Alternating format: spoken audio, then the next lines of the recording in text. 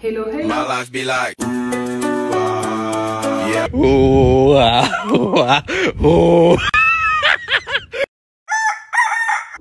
Hello, hello. J'espère que vous allez bien. C'est Stéphie tout simplement et bienvenue à tous dans cette nouvelle vidéo. Comme vous entendez, il y a encore de l'écho dans la maison. Ça fait à peu près 5 jours que nous sommes là, que nous avons aménagé dans cette maison.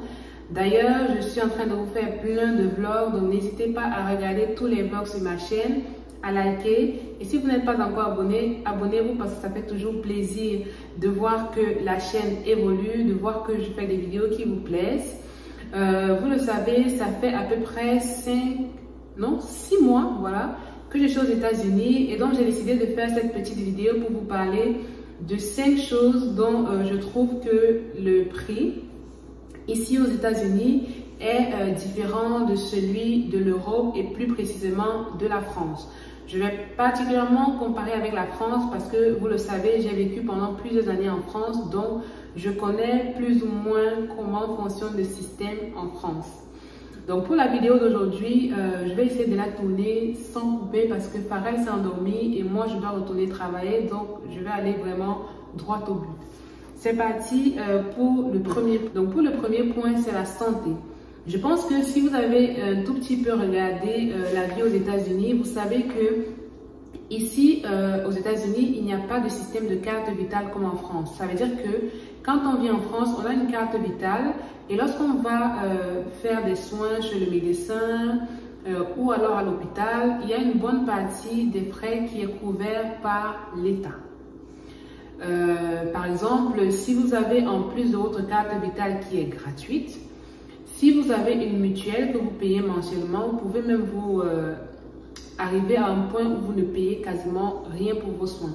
Donc pour ma part, quand j'étais en France, j'avais une mutuelle que je payais à 24 €, voilà, à peu près tous les mois. Et ça fait que pour la plupart, presque l'intégralité de mes soins, je ne payais rien du tout.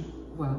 Ici aux États-Unis, il n'y a pas de carte vitale. Si vous venez, vous oubliez la carte vitale, il faut savoir que vous devez payer votre mutuelle mensuellement pour pouvoir avoir le minimum de frais à payer. Ça veut dire que même si vous avez la mutuelle, en général, vous payez toujours quelque chose. Et les mutuelles sont chères. Vous n'allez pas avoir une mutuelle à 30 $ par mois. Vous n'allez pas avoir une mutuelle à 50 $ par mois, ni une mutuelle à 100 $ par mois. Les mutuelles sont super chères. Et ne vous aventurez pas à vivre sans mutuelle. Je vous avais dit dans ma vidéo où je vous disais que j'ai emménagé aux États-Unis et je vous parlais justement de la mutuelle. Par exemple, pour Farel et moi, la mutuelle est environ à 1300 et quelques, vous voyez, par mois. 1300 et quelques par mois. C'est super cher. Par contre, pour cette mutuelle, comme elle est super chère, elle est franchement très bien. Pour Farel, pour moi, c'était vraiment une chose sur laquelle je ne pouvais pas, voilà, lésigner. Pour sa mutuelle, puisqu'on va très souvent chez le pédiatre, on ne paye quasiment rien. Je crois que depuis que je suis arrivée ici, j'ai payé peut-être 20 $ en tout, hein, pour tous les rendez-vous que j'ai eu à faire avec Farel. Sachant que, par exemple, le premier rendez-vous que j'ai eu avec lui, on a fait les vaccins de 4 mois, quelque chose comme ça. La facture est arrivée, c'était 1000 $. 1000 $ juste pour faire 2 vaccins. Oui. Heureusement qu'avec la mutuelle, tout est couvert. Donc, par rapport à ça, la mutuelle, c'est cher. C'est cher. C'est super cher. C'est 20 fois plus cher. C'est cher. Voilà.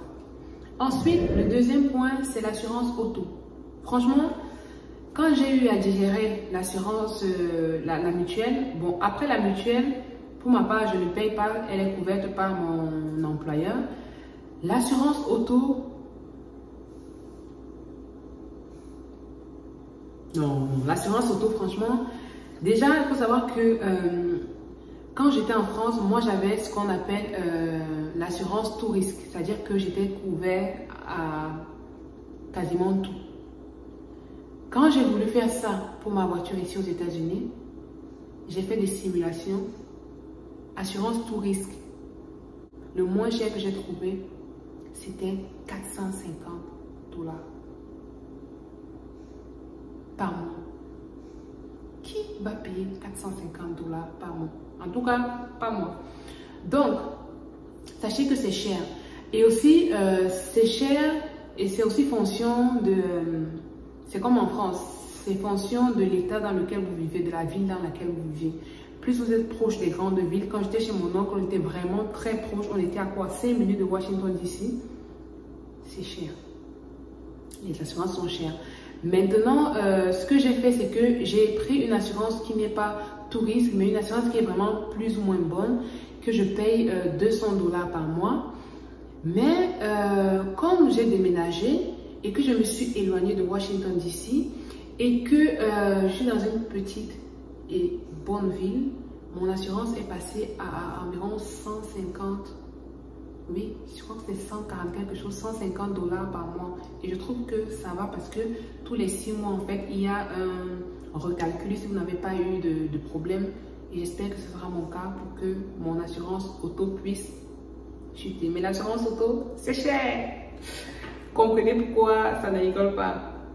Ensuite, le troisième point dont je voulais parler, c'est le téléphone et Internet. Moi, je parle vraiment des choses de la vie de tous les jours. Hein, parce que, par exemple, ici aux États-Unis, c'est bien d'avoir sa voiture parce que les transports en commun, c'est pas comme en France. C'est pour ça qu'ici, vous voyez que les gens ont énormément leur voiture parce que les transports en commun, c'est compliqué. Et pour Internet et le téléphone, je ne sais pas si ce que j'ai, c'est le meilleur rapport qualité-prix, mais pour mon téléphone, plus l'Internet à la maison, je paye 80 $ par mois. Je trouve que c'est cher. C'est cher. Sachant qu'en France, je payais 30 € par mois pour la box. C'est-à-dire que le câble, là, je n'ai pas de câble. Hein. Je n'ai pas de câble inclus. Pour la box, le Wi-Fi à la maison et mon téléphone, c'était 30 $ en France. Ici, je paye 80 $ sans avoir le câble. C'est cher. Voilà. Quatrième point, c'est le loyer. Le loyer, franchement, si vous payez votre loyer, par exemple, je sais pas, 2 chambres, salle de bain, une salle de bain ou 2 salles de bain, salon, etc., en région parisienne, à, on va dire quoi, 1300, 1400 $, euros, un peu moins, c'est un peu plus cher ici. Et aussi, le loyer dépend vraiment de la ville dans laquelle vous vivez. C'est un peu comme à Paris, vous voyez, une personne qui est à Paris, une personne qui est à Lyon, les prix ne sont pas les mêmes. C'est pareil ici. Mais ici, c'est encore un peu plus cher, surtout parce que à côté du logement, très souvent, il y a des services associés. Vous voyez ici chez moi, par exemple, on a la salle de sport qui est associée 24/24. Ça veut dire que vous allez ou pas à la salle de sport, en fait, eux, dans leur prix, ils ne vous disent pas que c'est, ils vous disent que c'est gratuit, mais en fait, non, le prix du logement fait que, vous voyez, il y a ça à l'intérieur, il y a une piscine qui est ouverte pratiquement tous les jours en été. Il y a, chez moi, ici, on a une salle de cinéma que vous pouvez, par exemple, réserver pour faire une soirée cinéma avec vos amis. Vous avez une grande salle commune où vous pouvez faire, par exemple, des anniversaires, des petites soirées, etc. Bref, il y a énormément de choses à côté et très souvent, le parking est gratuit pour les gens qui habitent dans la résidence, vous voyez. Mais les prix sont chers, sont plus élevés. En tout cas, par exemple, pour avoir un 2 pièces comme moi je suis, il faut prévoir au moins 2000 $, au moins 2000 $. Mais par contre, les maisons sont super spacieuses. Vous allez, si vous n'avez pas vu mes vidéos, allez voir les vidéos où je vous montre vraiment l'intérieur de mon logement. C'est 2 chambres, 2 salles de bain, une cuisine ouverte comme vous voyez, un grand salon, il y a de la luminosité. Là, je filme vraiment avec mon téléphone, sans lumière, sans rien du tout. Super. Donc ça, c'est concernant les loyers. Et ensuite, on va finir par un 5e point qui ne va pas concerner tout le monde, mais qui, moi, m'a concerné, c'est le lait infantile. Le lait infantile, franchement, ça coûte cher ici comparé en France et en Europe.